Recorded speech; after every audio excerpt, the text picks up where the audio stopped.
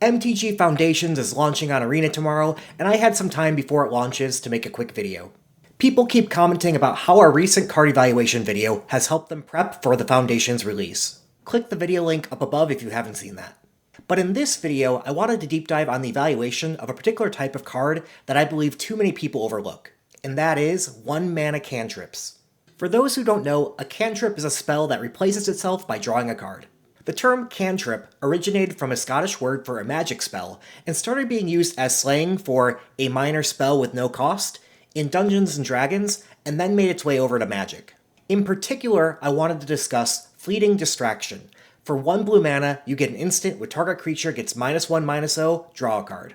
In fact, I believe this kind of card can be overlooked by good players. You'll see in our set analysis, my channel partner Matt didn't believe it deserved a place amongst top blue commons. And he might be right. If you haven't seen us discuss the top commons and uncommons in Foundations, click the video link up above. But whereas he rated it a D, I rated it a C. And I'm here to discuss what makes me so interested in a card that to many looks like pay 1, do nothing. So without further ado, let's deep dive on Fleeting Distraction's pros. And let's start with the first ability on the card, Fleeting Distraction Pro 1. It gives a creature -1/-0. To many, this doesn't look like a big impact. And it's true, this is a conditional impact. But it's an impact that's not terribly uncommon or difficult to set up.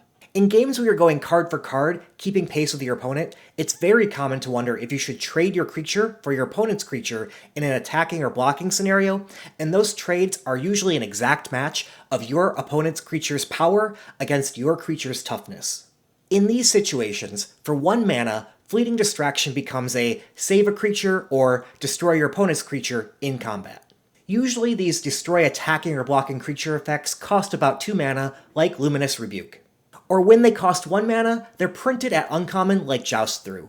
Yes, Fleeting Distraction is more conditional, and that definitely hurts it, but we haven't talked about its second ability yet. Fleeting Distraction Pro 2. It replaces itself for only 1 mana. When you can set up the save a creature or destroy your opponent's creature scenario, you're getting a 2-for-1 for only 1 mana because you're also drawing a card. Usually, 2-for-1s only exist at 3 or more mana. You can compare the rate of Fleeting Distraction to Divination in that aspect. Divination is usually a lower tier playable in most draft sets for around a grade of C-. In Fleeting Distraction, you get half a Divination and a commonly occurring conditional battlefield removal at 1/3 the cost of Divination. Fleeting Distraction Pro 3. It fills out your mana curve. Part of what makes Fleeting Distraction good is the same thing that makes 1-mana tricks so much better than 2-mana tricks.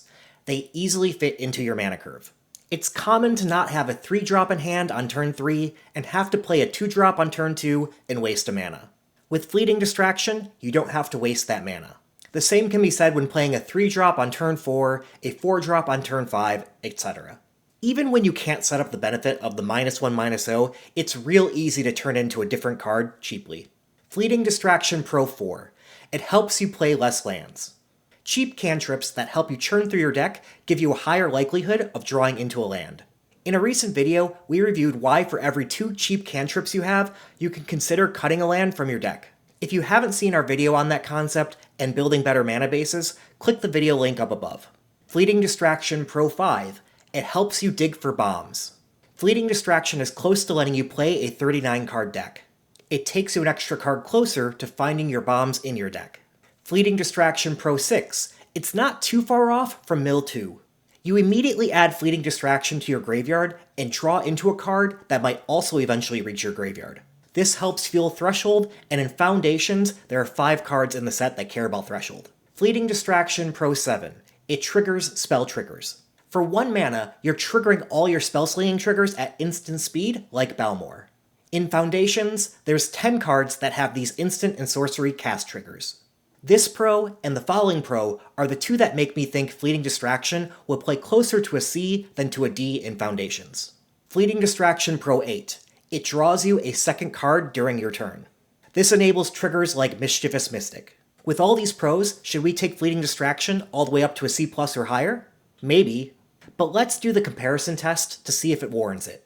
But before we do that, I need to take 10 seconds to ask you to like and subscribe to our channel. We've doubled our subscriber count each set over the last couple of sets and want to continue that momentum into Foundations.